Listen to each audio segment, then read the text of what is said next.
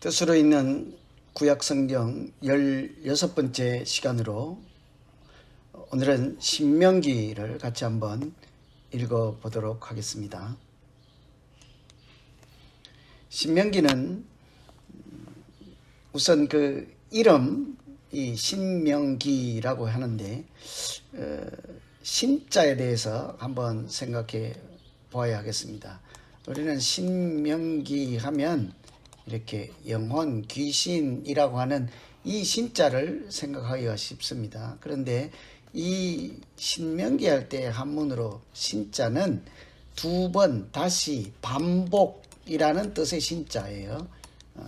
그래서 복사한다 하는 의미입니다. 그러니까 반복한다. 예를 들면 신신, 당부 이런 신자입니다. 신신. 새롭다 이런 신자가 아니죠. 거듭한다, 반복한다. 그래서 명령, 하나님의 말씀을 반복한 책이다. Deuteronomy라고 해서 due가 이게 반복이거든요. 그래서 율법의 반복, 제2의 율법이라고 하는데 무슨 말씀인가? 반복이라고 하는 것은 1번이 있다는 얘기 아니겠어요? 그래서 2번이라는 얘기입니다. 이런 시내산에서 주셨던 말씀. 2번은 모압 평지에서 약속의 땅 들어가기 직전에 주신 두 번째 말씀이라는 뜻이죠. 그런데 단순히 이 말씀은 하나님의 말씀을 주셨다. 지켜야 되는 규정이다. 법규다. 이런 의무적인 차원에서 지켜야 되는 법률적 차원의 성격만 있는 것이 아니라 사실은 언약이라고 할 수 있겠습니다. 율법의 형식이지만 율법의 형식을 띤 하나님과 그의 백성들 사이의 약속, 언약이라는 거죠. 관계, 정립, 문서라고 할까요? 그렇게 할 수 있겠습니다.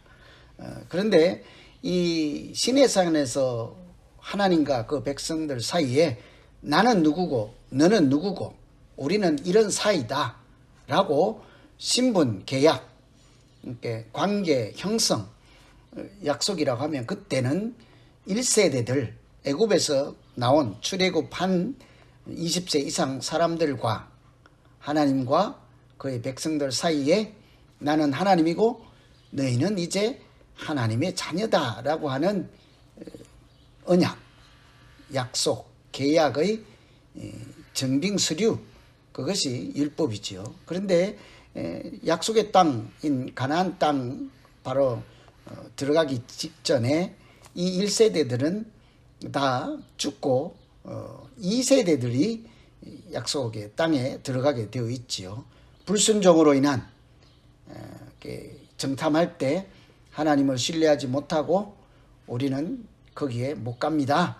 가면 다 죽습니다. 했던 불순종, 하나님의 약속과 계획을 신뢰하지 못했던 사람들은 다 죽고 당시에 어린아이, 유아 이런 사람들이 장성을 해서 40년 뒤에 새로운 사람들입니다. 이때 맺었던 언약을 맺었던 사람들은 다 죽고 없는 거죠. 2세대 그 당시에 시내산에서 언약의 당사자가 아니었던 사람들이 약속의 땅에 들어가게 되었으므로 그 땅에 들어가기 전에 나는 너희의 하나님이고 너희는 나의 자녀다 하는 계약식을 체결하고 입국할 수 있도록 들어갈 수 있도록 하는 말씀이 신명기입니다. 새로 주는 말씀이 아닙니다. 먼저 했던 말씀에 대한 반복적인 말씀이라고 할 수 있겠죠. 그 당시에 2세대는 장성한 새로운 사람들과 맺는 새로운 계약이라 할 수 있겠습니다. 그래서 약속의 땅에 들어가는 사람들과 맺은 언약이다. 단순히 법 지켜야 되는 무거운 약속, 규칙 이런 차원이 아니라 언약이라는 것을 한번 생각해 보아야겠죠. 십계명은 그래서 반복한다 하는 차원을 보기가 아주 대표적인 게 십계명입니다. 출애굽기 20장에 십계명이 등장했죠. 왜냐하면 19장에 시내산에 도착하니까 20장에 나는 하나님이고 너희는 하나님의 자녀다. 그러니 너희는 하나님 이외에 다른 신을 섬기는 사람이 아니다. 부모를 공경하고 살인하지 말고 간음하지 말고 도적질하지 말라. 너희는 이런 사람이다 하고 계약을 맺었던 것 있었죠. 그런데 이제는 그 사람들이 다 죽고 없으니까 새로운 사람들이니까 그 십계명을 신명기에서 다시 체결하는 거예요. 일종의 십계명은 지켜야 할 규정 이런 차원이 아니라 이거는 신분증과 같은 거죠. 신분증, 문서, 서류와 같은 것이죠. 그래서 신명기 5장에 새로운 사람들과 신분 체계를 다시 한다고 보시면 되겠습니다. 그러니 첫 번째 한번 나왔던 거 반복한다. 그러니까 거듭되는 제2의 언약 율법이라 불러서 신명기라고 하는 거예요. 제2의 율법, 언약을 다시 체결한다. 이런 의미죠. 그러면 전체적으로 신명기라고 하는 책의 내용은 무엇일까? 사랑하라입니다. 사랑하라. 하나님을 사랑하라.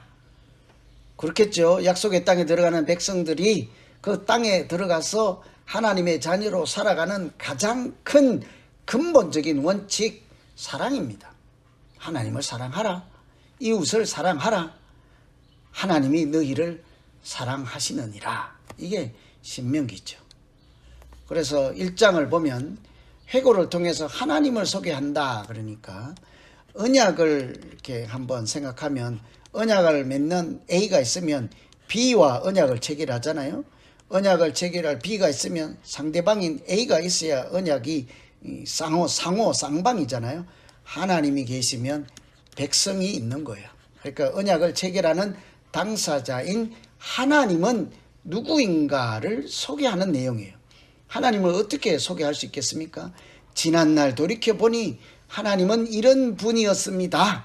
라고 언약을 체결하는 당사자로서 한 파트로서 이렇게 하나님을 소개하고 언약을 체결하는 또 다른 파트로서 당사자로서 백성을 소개하는 내용들이 신명기 앞부분에 나와 있죠.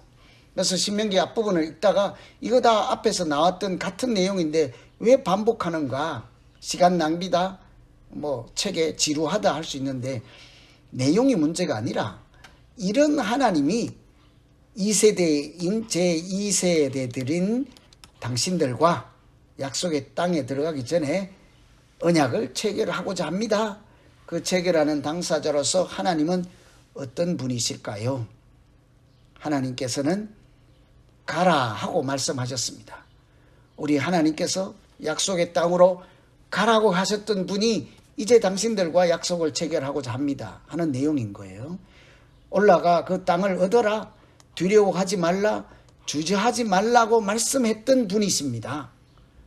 하나님이 너희를 안아서 이곳까지 이르게 하셨습니다. 거기에 읽어보시면 사람이 아들을 안아주심 같이 안아주심.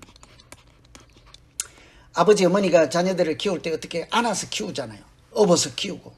한국 표현으로는 등에 업어서 키운다가 맞겠죠. 자기 품에 팔에 두 팔로 안아서 애지중지 키웠잖아요. 그렇게 하나님께서 출애굽한 너희를 안아서 애지중지 이곳 약속의 땅 들어가기 직전인 문턱까지 안아서 여기까지 인도해 주신 하나님께서 이제 너희들과 신분 계약을 체결하고자 한다. 이런 내용이에요.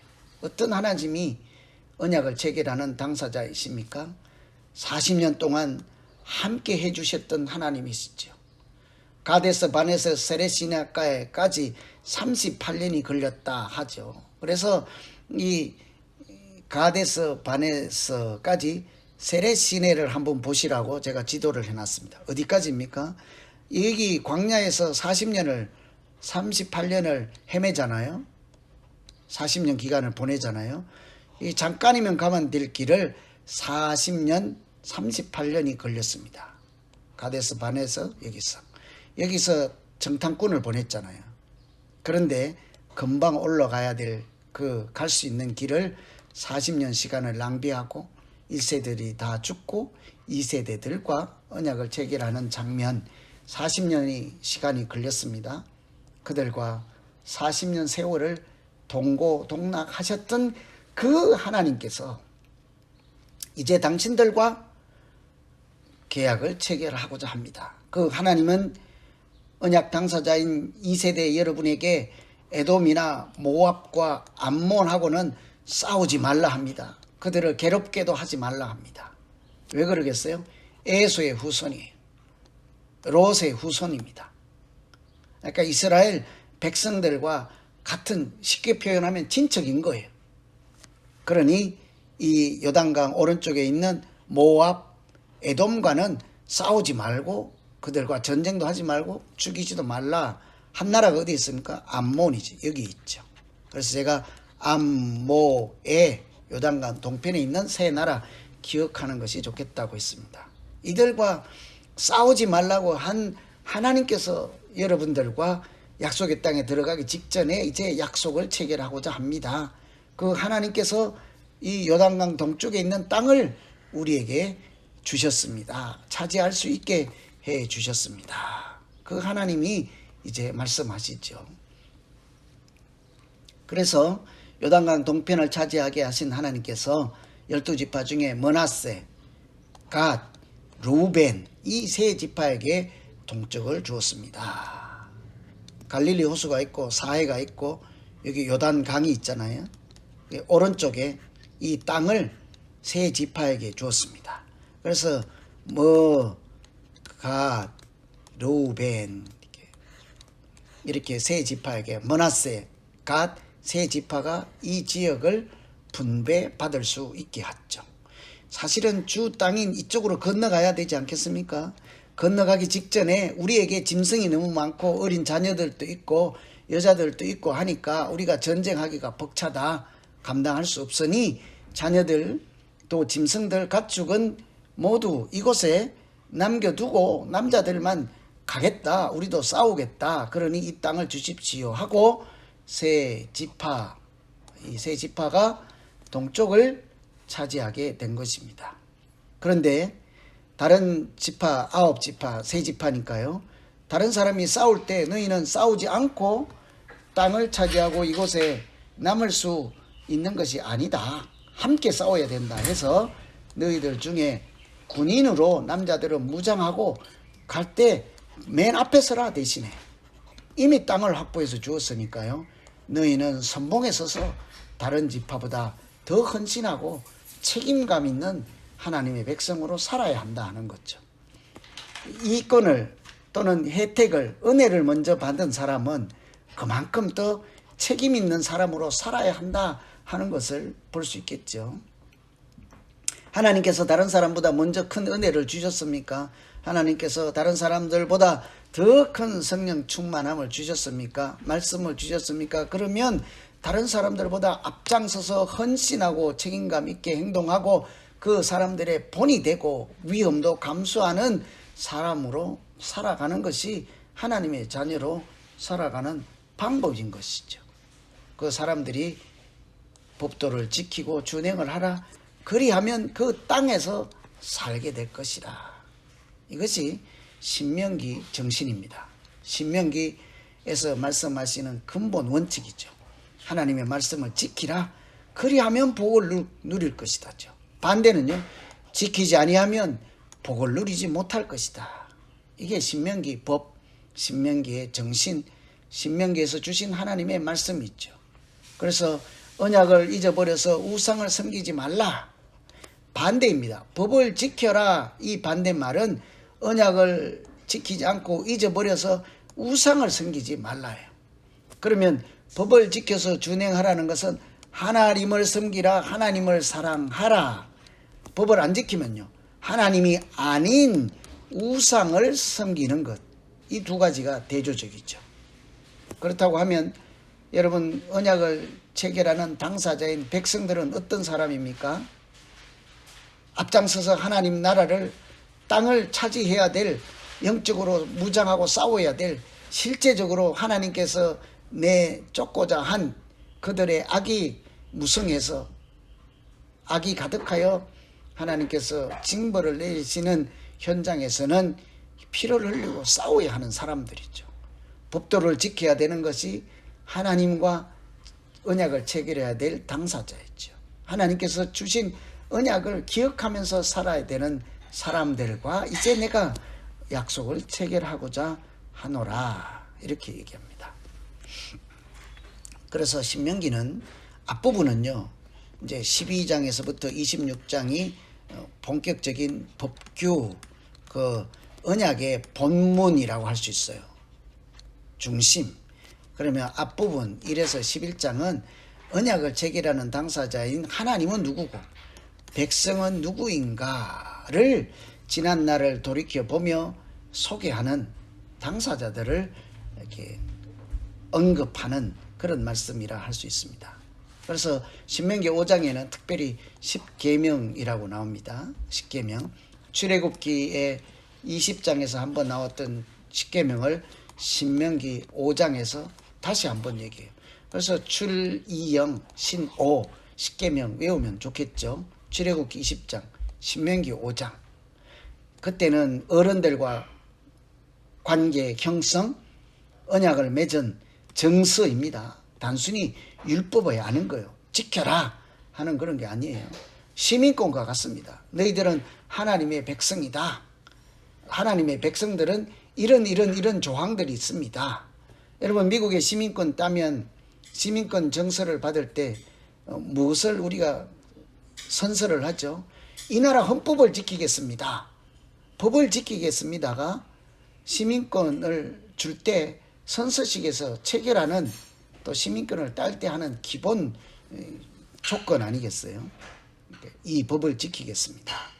마찬가지입니다. 하나님 나라 백성들, 하나님의 나라의 백성인 것은 10계명을 지키겠습니다가 지켜야 되는 의무이기도 하지만 내가 하나님의 백성인 증거가 되는 거예요. 그래서 이 언약은 오늘날 여기 살아있는 우리와 세운 것이다. 모세가 이제 약속의 땅 문턱에서 그때 살아있는 사람들, 시내산에 있을 때는 어린 아이에 지나지 않았던 그 당시에 언약 당사자가 아니었던 사람들과 그 사람들을 모아놓고 그렇게 얘기하는 거예요. 이 십계명이라고 하는 것은 그때 너희들 아버지와 할아버지하고 맺은 언약 체결하는 정서가 아니고 여기 서 있는 너희들과 하나님께서 약속을 체결하고 시민권, 가나안 땅에 들어가서 살아가는 하늘나라 시민권 증서로 주는 것이다. 너희들과 체결하는 것이다. 이런 얘기를 하는 거죠. 그러니 안식일을 지켜라. 그 하나님이 너희를 인도하여 냈음이라, 이런 거예요. 그때는 시내산에 모였을 때는요, 그때는 하나님께서 세상을 만드시고 일곱째 날에 안식하였음이라. 그러니 너희는 안식일을 지키라 했어요. 이제는 약속의 땅에 들어가기 직전에는 하나님께서 너희를 인도하여 내었으니 지켜라. 이렇게 차이점을 볼 수 있겠죠. 뿐만 아니라 이스라엘에 들어라. 쉐마, 들어라. 쉐마. 그래서 아주 그 유명한 6장이 쉐마예요. 5장은 10계명입니다. 이것은 일종의 그 당시의 사람들의 신앙 고백인 거예요. 그 쉐마의 내용은 마음과 성품과 힘을 다해 하나님을 사랑하라. 하나님을 사랑하라 하는 거예요. 그렇게 언약을 체결하는 하나님과 그 백성, 거룩한 사람인 백성이 누구인가 하는 차원에서 계속해서 11장까지 읽으시면 도움이 되겠습니다. 하나님을 소개하고, 하나님 나라 백성을 소개하고 내가 너희들을 택한 이유는 너희들이 숫자가 많아서 그런 것이 아니고 모든 민족 중에서 가장 적으니라. 가장 약하니라. 가장 약한 자, 가장 적은 자, 너희들이 의롭고 훌륭해서 내가 너희들을 하나님의 백성, 또 하나님의 사명을, 하나님의 계획을 이루어갈 하나님 나라 백성으로 삼은 것이 아니다. 내가 백성 삼은 이유는 너희에게 있는 것이 아니라 내가 가장 약한 자, 가장 적은 자, 사랑하여서 택하였노라 인 거예요. 맹세를 지키려 하심, 이 말은 하나님이 맹세를 지키기 위해서 너희를 택했다 하는 거예요. 너희를 하나님의 백성으로 삼는다. 무슨 맹세이겠습니까? 아브라함과 이삭과 야곱에 했던 그 언약을 나는 오늘 또 지키기 위해서 너희들을 손잡고 너희들을 하나님 나라 백성으로 여전히 인정해 준다 하는 거예요. 그러니 계명을 지키는 자에게는 내가 천대까지 약속을 지키겠다고 언약하신 하나님께서 너희들에게도 법도를 지키라고 말한다. 그리고 이런 차원에서 보면 언약을 맺는 당사자인 하나님은 끝까지 약속을 이행하시는 신실하신 하나님이, 백성은요 하나님의 말씀을 지켜야 되는 사람으로서의 당사자인 하나님 나라 백성이 이제 가나안 땅, 약속의 땅에 들어가기 전에 이런 언약식을 체결합니다. 나는 하나님 나라의 백성이고 그분은 우리의 하나님 되신 그런 존재입니다. 그러니 하나님도 그 백성 사랑하고 너희도 하나님을 사랑하는, 그것이 그들의 정체성인 거예요. 사람이 떡으로만 사는 것이 아니라 하나님 입으로 나오는 말씀으로 사는 존재이다. 백성이죠. 말씀하시는 하나님, 그 말씀으로 살아가는 사람, 이것이 언약의 당사자인 거죠. 계속해서 9장에서 11장까지 하나님 나라 백성이 누구인가를 말씀해 주죠. 너희의 어려움이 아니라 그들의 악함을 인하여 그 가나안 땅의 사람들을 내가 그 땅에서 쫓아내고자 한다. 그러니까 그 사람들이 밉고 이스라엘 백성, 하나님 나라 백성이 잘해서 훌륭해서 괜찮아서 너희가 이 땅에서 살고 이 땅에 있는 사람들은 내가 쫓아낸다.